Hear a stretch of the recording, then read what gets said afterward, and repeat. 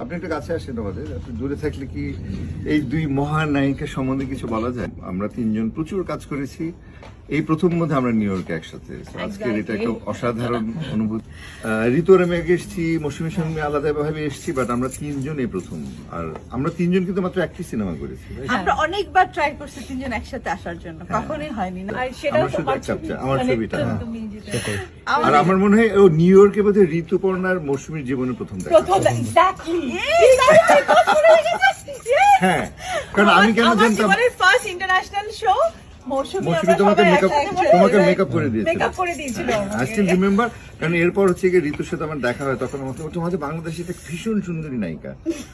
না এখন তো সে অন্য স্ট্যাটাস। আমার ভীষণ খুশি, ভেরি প্রাউড। আমরা আশা করি খুব শীঘ্রই হয়তো মন্ত্রিত্ব লাভ করবেন।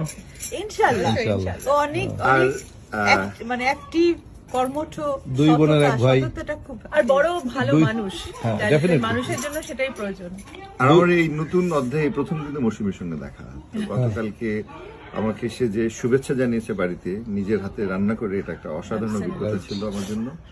একেবারে পিওর নিজের হাতে রান্না। ও হ্যাঁ, ঋতুর শুভেচ্ছা আরো জানানোর তো জন্য অপেক্ষা মানে করছি Right. শুভেচ্ছা জানানোর। মজার বিষয় কি, বাংলাদেশে কলে সন্দেহ থাকতো, এখানে কোনো সন্দেহ নেই, সে নিজেই রান্না করবে। না, বাংলাদেশে আমি কত রান্না না, করি, না, ও তাহলে খুব আমার মৌসুমী খুব ভালো আমি ওর বাসায় খেয়েছি, ও আমাকে রান্না করে খাইয়েছে। কারণ আমাদের শুটিং এ মনে আছে